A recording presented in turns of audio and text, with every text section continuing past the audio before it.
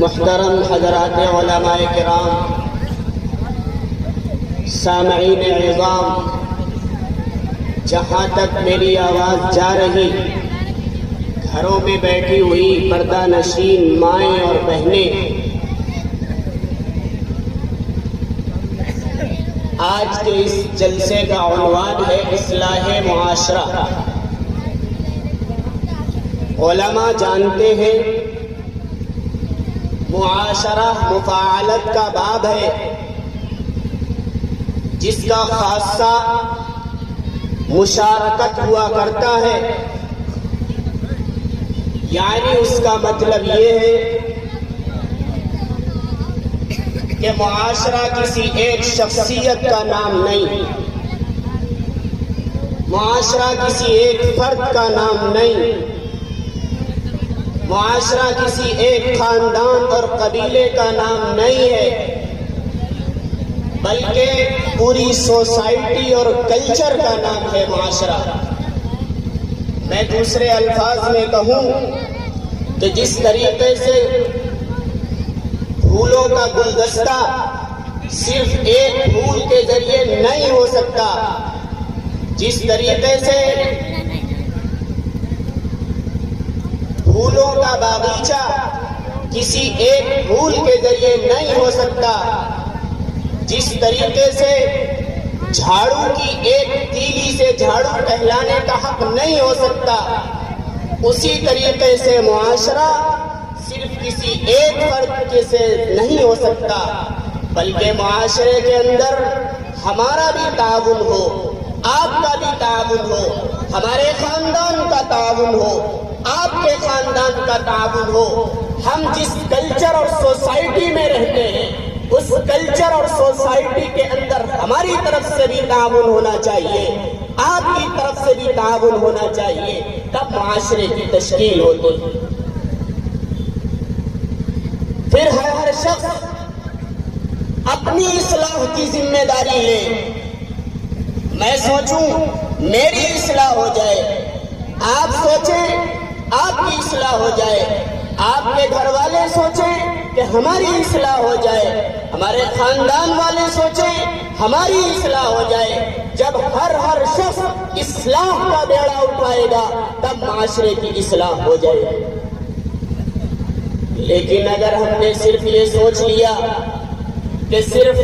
سامنے والے کی اصلاح ہونی چاہیے، سامنے والا دین کے مطابق ہو جائے،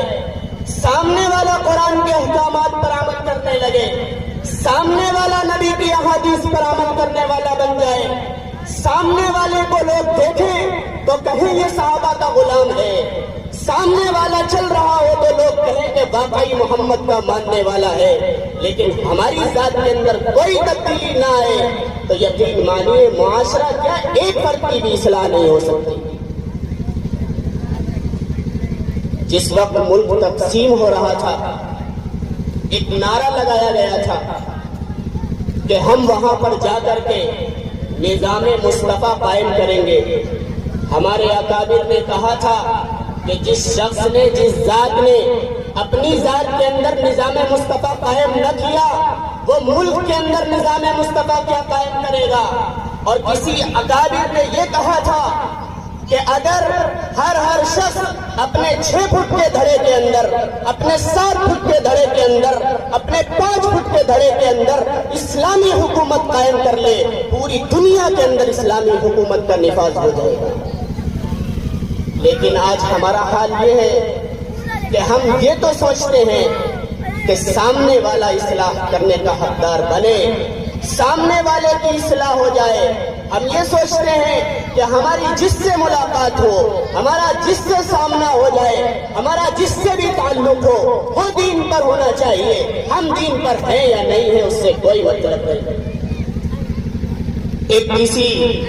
بزرگ نے بہت اچھی بات کہی کہ آج ہم دیندار کہلانا چاہتے ہیں، دیندار بننا نہیں چاہتے۔ آج ہم یہ چاہتے ہیں کہ لوگ ہمیں حاجی کہیں، لوگ ہمیں نمازی کہیں، لوگ ہمیں دیندار کہیں، لوگ ہمیں نبی کا عاشق کہیں، لوگ ہمیں صحابہ کا بہترین ماننے والا کہیں، صحابہ کی سیرت پر چلنے والا کہیں، صحابہ سے محبت کرنے والا کہیں، لیکن ہم اپنے اندر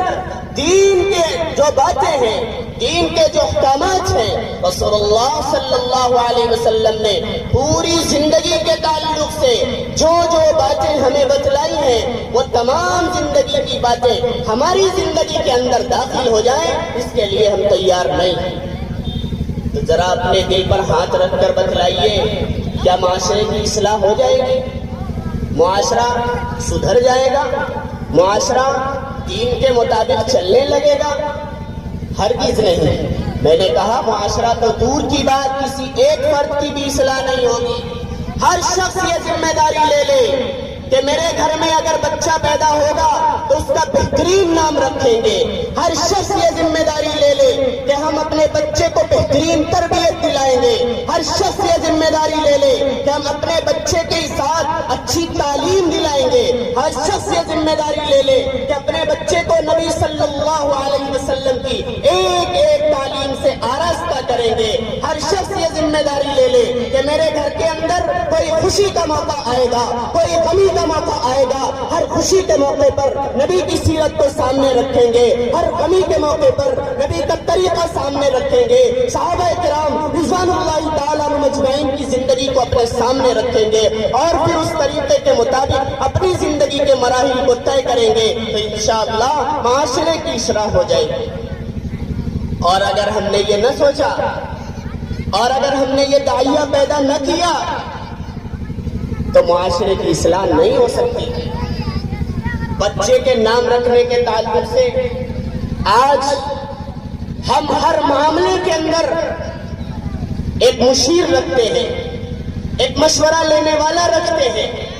اپنی فیملی کے لیے دیکھ بھال کے لیے ایک بہترین ڈاکٹر رکھتے ہیں۔ جب کوئی کسی کو کھانسی ہوتی ہے، زکام ہوتا ہے، بخار آتا ہے، تو ہم فوراً فون کرتے ہیں اور کہتے ہیں فلاں میرے گھر کے اندر ایک فرد کو یہ بیماری ہے، کہاں علاج کرایا جائے، کون سی دوا بہتر رہے گی، کون سا اسپتال اچھا رہے گا۔ دنیا کے ہر مرحلے میں ہم ایک مشیر رکھتے ہیں، اور اگر مشیر نہیں بھی رکھتے تو جب بھی کوئی ضرورت پڑتی ہے تو ہم لوگوں سے مشورہ لیتے ہیں کہ مجھے بتلائیے میرے سامنے یہ معاملہ آیا ہے، اس معاملے میں، اس حالت میں کون سی دوا اچھی رہے گی، کون سا کردار اچھا رہے گا، کہاں کا طریقہ اچھا رہے گا۔ لیکن مجھے افسوس کے ساتھ کہنے دیجئے کہ اگر ہم مشورہ نہیں لیتے، کوئی مشیر نہیں رکھتے، تو دین کے بارے میں کوئی مشورہ نہیں لیتے، کوئی مشیر نہیں رکھتے۔ آج نام رکھنے کی باری آتی ہے تو ہم یہ سوچتے ہیں کہ ایسا نام ہونا چاہیے کہ جو آج تک، جب سے دنیا قائم ہوئی ہے، آج تک کسی نے وہ نام نہ رکھا ہو، اور اپنی طرف سے قرآن کھولتے ہیں اور نام رکھنا شروع کر دیتے۔ ایک صاحب نے اپنی لڑکی کا نام انامتا رکھا۔ آج یہ نام بہت رائج ہے۔ انامتا کے معنی معلوم ہے؟ انامتا کا معنی ہے تو ایک مرد نے انعام کیا۔ بھلا بتلائیے، لڑکی کا نام رکھ رہے ہیں اور تو ایک مرد نے انعام کیا، یہ اس کا ترجمہ ہے، کیا معنی کا اثر پڑے گا؟ ایک صاحب نے تو قرآن کھولا اور دوسرے پارے کا پہلا صفحہ کھل گیا اور کہہ دیا سیقول السفہاء، میں نے اپنے بیٹے کا نام رکھ دیا۔ علماء بیٹھے ہیں، پوچھئے اس کا مطلب کیا ہے؟ اس کا مطلب ہے ابھی ان قریب زمانے میں بے وقوف لوگ کہیں گے، اس کا ترجمہ یہ ہے،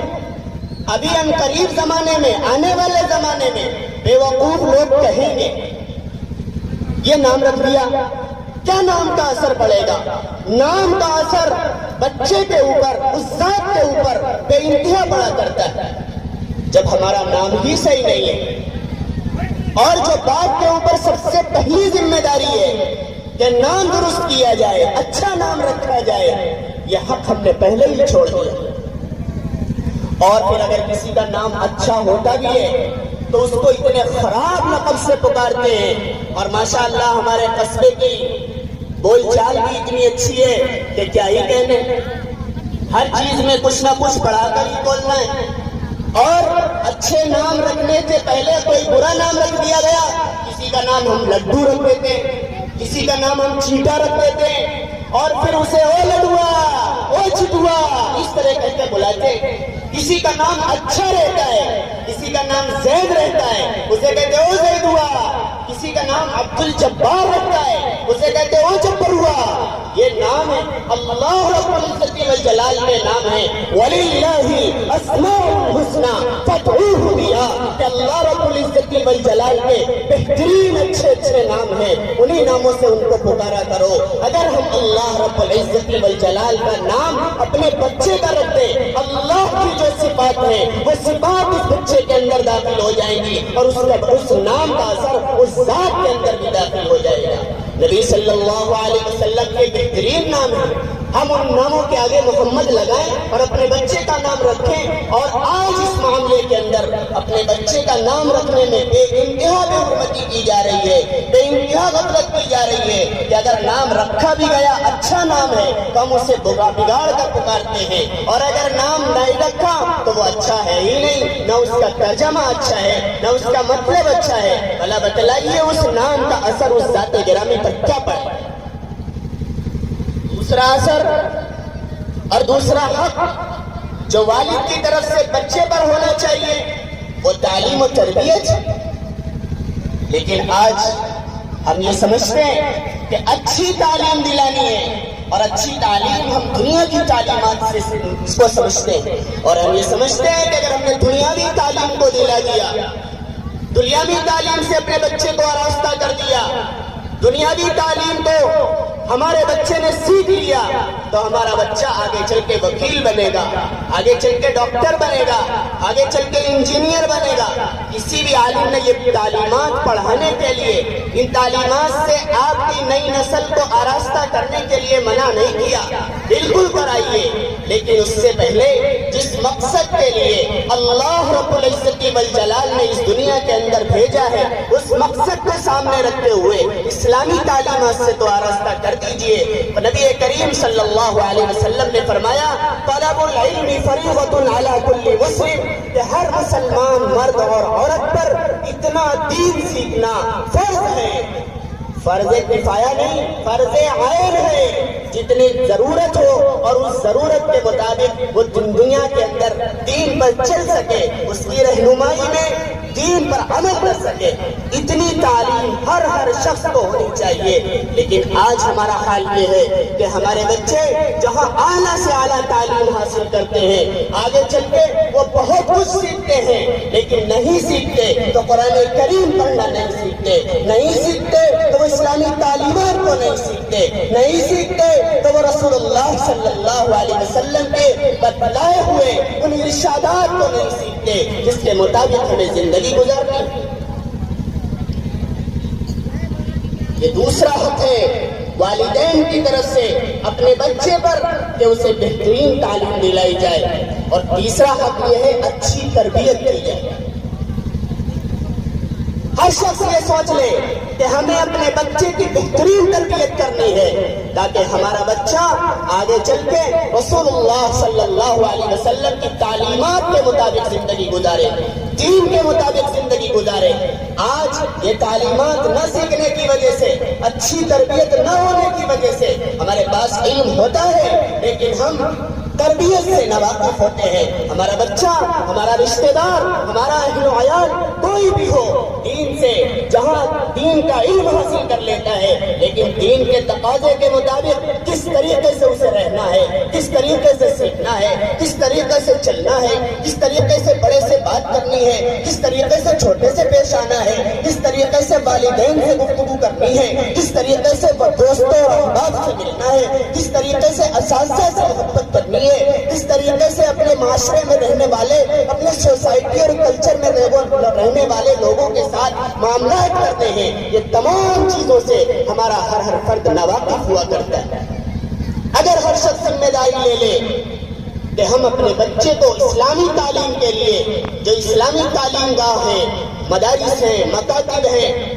اور دین کے سکھانے کے قلعے ہیں، ان میں ہم اپنے بچے کو بھیجیں گے، استاد سے کہیں گے استاد صاحب میرے بچے کو اچھی تعلیم سے آراستہ کر دیجئے، اچھی تعلیم سکھا دیجئے، قرآن کریم کی تعلیم سکھا دیجئے، قرآن پڑھنا سکھا دیجئے۔ وہ استاد محنت کریں گے اور پھر اس کے ساتھ ساتھ ہم اپنے بچے کی تربیت کرنے کے لیے خود تیار ہو جائیں کہ ہم جہاں اپنے مدرسے میں اپنے بچوں کو مدرسے کے اندر تعلیم گاہوں کے اندر بھیج رہے ہیں تاکہ ہمارا بچہ اسلامی تعلیم سے آراستہ ہو جائے، وہی ہمارا گھر ایک بہترین تربیت گاہ بن جائے۔ اس کے لیے ہمیں خود اپنی تیاری کرنی ہوگی، کیونکہ بچہ جو کچھ بھی کرتا ہے وہ ایک دوسرے کو، اپنے سے بڑے کو دیکھ کر کرتا ہے، اس کی نقل کرتے ہوئے کرتا ہے۔ میں مثال دیتا ہوں، آپ چھوٹے سے بچے کو لے جائیے مسجد میں چھوڑ دیجئے، آپ دیکھیے وہ بچہ کیا کر رہا ہے۔ وہ بچہ آپ جب ہاتھ باندھیں گے وہ بچہ ہاتھ کانوں تک اٹھائے گا، آپ جب نیت باندھیں گے اور ناک کے نیچے ہاتھ باندھ لیں گے تو وہ بچہ بھی ہاتھ باندھنے کے لیے تیار ہو جاتا ہے۔ آپ رکوع کرنے کے لیے جاتے ہیں، وہ بچہ بھی آپ کو دیکھ کر رکوع کرتا ہے۔ آپ سجدہ کرنے کے لیے اپنے ماتھا زمین پر رکھتے ہیں، وہ بچہ بھی جس طریقے سے ہو سکتا ہے وہ سجدے میں جاتا ہے۔ آپ قاعدے میں بیٹھتے ہیں، وہ بچہ بھی بیٹھ جاتا ہے۔ آپ سلام پھیرتے ہیں، وہ بچہ بھی سلام پھیرتا ہے۔ آپ سلام پھیرنے کے بعد اللہ کے سامنے اپنی فریاد رکھنے کے لیے دونوں ہاتھ اٹھاتے ہیں، وہ بچہ بھی دونوں ہاتھ اٹھا لیتا ہے۔ پتہ یہ چلا کہ بچہ ہماری ہر نقل و حرکت دیکھتا ہے، ہمارا اٹھنا بیٹھنا، ہمارا چلنا پھرنا سب کچھ دیکھتا ہے، اور وہ تمام چیزیں دیکھ رہا ہے جس کے مطابق ہم چل رہے ہیں۔ اس لیے ہمیں چاہیے کہ ہم خود اپنی ذات کو اسلامی تعلیمات سے آراستہ کریں، اور آراستہ کرنے کے بعد اپنے بچے کی تربیت کے لیے تیار ہو جائیں۔ بچہ ہمارے گھر میں داخل ہو تو ہم کہیں بیٹے گھر کے اندر داخل ہوتے ہیں سلام کے ساتھ داخل ہوتے ہیں۔ رسول اللہ صلی اللہ علیہ وسلم نے فرمایا کہ جو شخص جس گھر کے اندر سلام کر کے داخل ہوا جائے گا اس گھر کے اندر رحمتیں اور برکتیں داخل ہوں گی۔ جب ہم کھانا کھانے کے لیے بیٹھے تو ہم بچے سے کہیں اے بچے ہم ہاتھ دھو کر آئے ہوئے ہیں، تم بھی ہاتھ دھو لو۔ بغیر ہاتھ دھوئے کھانا نہیں کھاتے، اس لیے کہ رسول اللہ صلی اللہ علیہ وسلم کی تعلیم ہے، آپ کی سنت ہے کہ آپ ہاتھ دھو کر کھانا کھایا کرتے تھے، لہذا آپ کو بھی ہاتھ دھو کر کھانا کھانا ہے۔ وہ بچہ ہاتھ دھو کر آئے گا، آپ دسترخوان بچھائیے، اور کبھی بچہ بغیر دسترخوان۔ میں عرض یہ کر رہا تھا کہ آج تربیت کے سلسلے میں ہر شخص اپنی ذمہ داری لے لے کہ ہمارے گھر کا بچہ، ہمارا فرد اسلامی تعلیمات سے آراستہ ہونا چاہیے۔ گویا میں اپنی بات کو مختصراً کرتے ہوئے بہت جلد اپنی جگہ لیتا ہوں۔ میں یہ کہنا چاہتا ہوں کہ اسلامی تربیت صرف کہنے سے نہیں ہوگی، بلکہ ہر شخص پہلے اپنی زندگی کو آراستہ کرے، اور کھانے کا مقام ہو، سونے کا مقام ہو، بیت الخلا جانے کا معاملہ ہو، مسجد میں جانے کا معاملہ ہو، نکلنے کا معاملہ ہو، گھر کے اندر داخل ہونے کا معاملہ ہو، لوگوں سے گفتگو کرنے کا معاملہ ہو، یہ تمام چیزیں رسول اللہ صلی اللہ علیہ وسلم کے مطابق ہمیں خود سیکھنی ہے، اور پھر اپنے بچے کو مخاطب کر کے ہمیں یہ کہنا ہے کہ یہ تعلیم رسول اللہ صلی اللہ علیہ وسلم کی تعلیم ہے۔ اگر اس کے خلاف کوئی بات ہوگی تو ہمیں یہ کہنا ہے کہ اے بچے، اے میرے بیٹے، اے میرے پیارے، یہ رسول اللہ کا طریقہ نہیں ہے، اس کو تم اپنی زندگیوں میں داخل مت کرو، اس سے تمہیں بچنا ہے۔ رسول اللہ کی تعلیم اپنی زندگی کے اندر داخل کرنا ہے۔ اس طریقے سے ہمارے بچے کی جہاں مدرسے کے اندر، تعلیمات کے اندر، مدارس کے اندر اور مکاتب کے اندر بچے کی تعلیم اچھی ہوگی، وہی ہمارا گھر ایک بہترین تربیت گاہ بن چکا ہوگا۔ اس کے بعد رشتے کا معاملہ آتا ہے کہ والد کا حق ہے کہ بچے کا بہترین رشتہ کیا جائے۔ آج ہمارا معاملہ یہ ہے کہ ہم دیکھتے ہیں فلاں خاندان والا ہمیں زیادہ عزت دے گا، فلاں خاندان والا ہمیں اتنی عزت نہیں دے پائے گا، اس لیے رشتہ تو وہاں ہونا چاہیے۔ فلاں خاندان میں ہمیں زیادہ صحت ملے گا، اس لیے رشتہ وہاں ہونا چاہیے۔ یہ تمام چیزیں وہ ہیں جو رسول اللہ صلی اللہ علیہ وسلم کی تعلیمات کے خلاف ہے۔ شادی جب سنت کے مطابق کریں گے اس میں آپس میں میل و محبت ہوگی، پورے گھر کے لوگ جڑے ہوئے ہوں گے، آپس میں اتحاد اور اتفاق قائم ہوگا اس شادی میں برکت ہوگی، اور جو شادی رسول اللہ صلی اللہ علیہ وسلم کے طریقے کے خلاف ہوگی اس شادی کے اندر کبھی برکت نہیں ہو سکتی۔ میاں بیوی میں لڑائی ہوگی، گھر کے افراد میں لڑائی ہوگی، ساس اور بہو میں لڑائی ہوگی۔ آج ایک عام بلا آئی ہوئی ہے، ہر شخص چاہے جس کی نئی شادی ہوئی ہو چاہے پرانی شادی ہوئی ہو کہنے کے لیے تیار ہے کہ ہماری بہو اور ہمارے گھر کے اندر جو ساس ہے دونوں کی آپس میں نہیں بنتی ہے۔ بہو سے پوچھا جائے وہ یہ کہتی ہے کہ ہماری بہو ہماری ساس جو ہے وہ ہمیں چلاتی رہتی ہے، ہمیشہ پورے دن ٹر کرتی رہتی ہے، اور اگر ساس سے پوچھا جائے تو ساس یہ کہتی ہے کہ یہ آئی ہے یہ ہماری بات نہیں مانتی، ہمارا کہنا نہیں مانتی، ہمارے کہنے کے مطابق نہیں چلتی۔ ایک قاعدہ یاد رکھیے، انشاءاللہ ساس اور بہو کا جھگڑا ختم ہو جائے گا۔ ہر بہو یہ سمجھ لے کہ ساس میری ماں ہے، ہر بہو ساس یہ سمجھ لے کہ بہو میری بیٹی ہے، انشاءاللہ جھگڑا ختم ہو جائے گا۔ بہو کو یہ سمجھنا ہوگا کہ یہ جو ماں ہے، جو میرے شوہر کی ماں ہے، یہ میری حقیقی ماں ہے۔ ادھر ساس یہ سمجھ لے کہ یہ جو بیٹی ہمارے گھر میں آئی ہے یہ میری حقیقی بیٹی ہے، انشاءاللہ جھگڑے ختم ہو جائیں گے۔ اس کا اثر کہاں ظاہر ہوتا ہے کہ اگر یہی ساس کوئی عورت اپنی بیٹی کے گھر جاتی ہے، اپنی بیٹی کی سسرال جاتی ہے، اور وہ یہ دیکھتی ہے کہ میری بیٹی نے اپنے شوہر سے ایک گلاس پانی مانگا اور یہ کہا کہ ذرا گلاس میں پانی بھر دیجیے، شوہر نے پانی بھر کے دے دیا تو یہ ساس بہت خوش ہوتی ہے اور یہ کہتی ہے کہ دیکھا میرے داماد اتنے اچھے ہیں کہ اپنی بیوی یعنی میری بیٹی کو اپنے ہاتھ سے گلاس بھر کے پانی پلاتے ہیں۔ اور یہی معاملہ جو اس کے گھر میں بہو آئی ہوئی ہے، اگر وہ ان کے وجہ سے کہہ دے یعنی اپنے شوہر سے کہ ذرا وہ گلاس رکھا ہے اس کے اندر پانی بھر دیجئے اور مجھے دے دیجئے، تو پورے محلے کے اندر گاتی پھرے گی اور یہ کہے گی دیکھا ایک کام تک نہیں کرتی ہے، اتنی کام چور ہے کہ اپنا گلاس کا پانی جو خود پینا ہے وہ بھی اپنے شوہر سے مانگتی۔ یہ تضاد کیسا، یہ اختلاف کیسا؟ اس لیے کہ ہم نے اپنی بیٹی کو تو بیٹی سمجھا ہے، اپنے داماد کو تو اچھا کہا ہے، اس لیے کہ اس نے ہماری بیٹی کو پانی پلایا ہے، اور جو ہمارے گھر کے اندر بہو ہے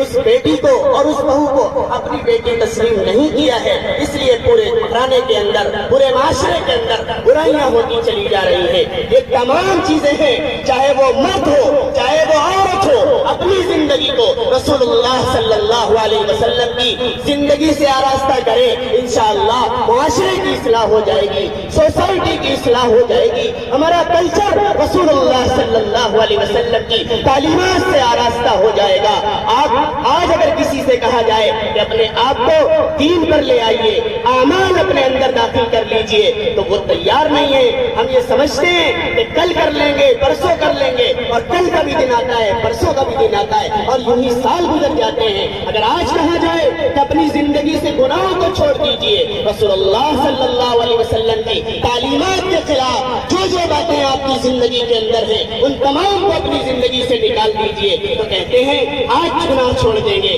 کل توبہ کر لیں گے، اور اسی طریقے سے کہتے ہوئے پوری زندگی نکل جاتی ہے۔ ایک حدیث کا ترجمہ مختصر تشریح کے ساتھ کرتا ہوں اور اپنی جگہ لیتا ہوں۔ نبی کریم صلی اللہ علیہ وسلم نے ارشاد فرمایا، کس چیز کا تم انتظار کر رہے ہو؟ کیا فقر کا انتظار کر رہے ہو کہ جب تمہیں بالکل بھلا دیا جائے گا تم یہ سوچو گے کہ ہم کوئی مال اللہ کی راہ میں صدقہ دے دیں، کسی طرح اللہ کی عبادت کر لے، تم اس وقت کرنے پر قادر نہیں ہوگے۔ کس چیز کا انتظار کر رہے ہو؟ کیا تم ایسی مالداری اور ایسے غنا کا انتظار کر رہے ہو جو تمہیں سرکش بنا دے گی؟ جب تم سے دین کے لیے، دین کی تعلیم کے لیے، دین پر عمل کرنے کے لیے تھوڑا سا روپیہ مانگا جائے گا، مال مانگا جائے گا، تب تم سرکش ہو چکے ہوگے اور تم وہ نہیں دے رہے ہوگے۔ کیا تم ایسے مرض کا انتظار کر رہے ہو جو تمہیں فنا کر دے گا، برباد کر دے گا؟ آج تمہارے ہاتھوں کے اندر، آج تمہارے جسم کے اندر، آج تمہارے پورے جسم کے اعضاء کے اندر طاقت ہے، تم اس کے ذریعے سے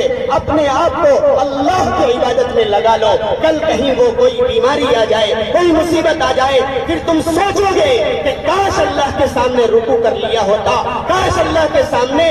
سجدہ کر لیا ہوتا، کاش اپنے ہاتھ سے اللہ کی راہ میں کچھ مال خرچ کر دیا ہوتا، اور پھر افسوس ہی رہے گا، اس وقت تمہارا سوچنے کے علاوہ کوئی معاملہ نہیں ہوگا۔ نبی علیہ الصلوۃ والسلام نے فرمایا، کیا تم انتظار کر رہے ہو ایسی موت کا جو تمہیں بھلا کر رکھ دے گی، اور موت آئے گی اس کے بعد تم کیا کر سکو گے؟ تمہارے ہاتھ میں جو مال ہے، جائیداد ہے، وہ دوسرے کے ہاتھ میں پہنچ جائے گی، اور اعمال نہ کرنے کے نتیجے میں قبر کا عذاب تمہیں ملے گا۔ آج ہمیں چاہیے کہ ہم اپنے قبر کے عذاب سے بچنے کی تیاری کریں۔ قبر کے اندر ہمیں جانا ہے، اس کے اندر جو عذاب ملنے والا ہے، جس کی وعید رسول اللہ صلی اللہ علیہ وسلم نے ہمیں دی ہے، اس سے ہمیں اپنے آپ کو بچانا ہے، اور اس کے لیے عبادات کرنی ہے، اس کے لیے معاملات اچھے کرنے ہیں، اس کے لیے ہمیں دین کی تمام چیزیں سیکھنی ہیں، جس سے ہم یہ سمجھ سکیں کہ رسول اللہ صلی اللہ علیہ وسلم کی تعلیمات پر عمل کر کے ہم نے آخرت اپنی اچھی بنا لی ہے۔ نبی علیہ الصلوۃ والسلام نے فرمایا،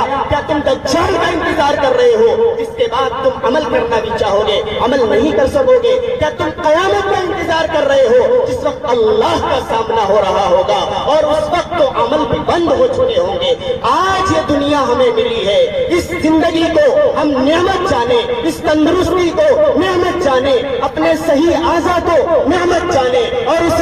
کے مطابق رسول اللہ صلی اللہ علیہ وسلم کی تعلیمات کے مطابق اپنی پوری زندگی لگا دیں، اور مرتے دم تک ہم یہ عہد کر لیں کہ انشاءاللہ پوری زندگی کا کوئی بھی لمحہ رسول اللہ صلی اللہ علیہ وسلم کی تعلیمات کے خلاف نہیں گزاریں گے۔ جو بھی کام کریں گے سنت کے مطابق کریں گے، جو بھی زندگی کا موڑ آئے گا رسول اللہ صلی اللہ علیہ وسلم کی تعلیمات کے مطابق گزاریں گے۔ معلوم ہوگا بے جھجک کریں گے، نہیں معلوم ہوگا جانکار لوگوں سے، علماء کرام سے نمبر لے کر یا کسی بھی طریقے سے رابطہ کر کے ان سے پوچھیں گے اور ان سے کہیں گے، میری زندگی کے اندر یہ مرحلہ آیا ہے، ذرا آپ مجھے رسول اللہ صلی اللہ علیہ وسلم کی تعلیمات بتلا دیجئے، ذرا مجھے قرآن کریم کی تعلیمات بتلا دیجئے کہ آقا صلی اللہ علیہ وسلم کا فرمان ایسے موقع کے لیے کیا ہے، رسول اللہ صلی اللہ علیہ وسلم کی تعلیمات ایسے موقع کے لیے کیا ہے۔ اگر اس طریقے سے پوچھ کر ہم نے زندگی رسول اللہ صلی اللہ علیہ وسلم کے طریقے کے مطابق گزاری تو انشاءاللہ ہماری زندگی جو دنیا کے اندر ہے یہ بھی اچھی گزرے گی، اور ہمیں چین و سکون کی زندگی ملے گی، اور مرنے کے بعد کی جو زندگی ہے اس میں بھی آرام نصیب ہوگا۔ اللہ رب العزت والجلال سے دعا کرتے ہیں کہ یہاں سے اٹھنے سے پہلے ہم پکا عہد کریں کہ ہر شخص اپنی اصلاح کی ذمہ داری لے گا، سامنے والے کی نہیں، اپنی اصلاح کی ذمہ داری لے گا، اور یہ کہتے ہوئے اٹھے گا کہ آج سے اپنے سر کے بالوں سے لے کر پیر کے ناخن تک اپنے پورے جسم کو رسول اللہ صلی اللہ علیہ وسلم کے احکامات کے مطابق ڈھالنا ہے، اپنی پوری زندگی کو مرتے دم تک رسول اللہ صلی اللہ علیہ وسلم کے طریقے کے مطابق گزارنا ہے۔ اسی چند باتوں پر میں اپنی بات کو ختم کرتا ہوں، دعا کرتا ہوں کہ رب ذوالجلال جو باتیں کہی گئی ہیں ان پر عمل کرنے کی توفیق مرحمت فرمائے، آئندہ جو باتیں کہی جائیں گی ان کے مطابق عمل کرنے کی توفیق مرحمت فرمائے، ہر شخص کو اپنی اصلاح کرنے کی توفیق مرحمت فرمائے۔ اپنی ذات سے شروعات کیجئے، اپنے گھرانے سے شروعات کیجئے، اپنے خاندان اور قبیلے سے شروعات کیجئے، اور اس طریقے سے معاشرے کی اصلاح ہوتی چلی جائے گی۔ معاشرہ ایک دن رسول اللہ صلی اللہ علیہ وسلم کے طریقے کے مطابق بن چکا ہوگا۔ اللہ رب العزت والجلال کہنے سننے سے عمل کی توفیق مرحمت فرمائے۔ وآخر دعوانا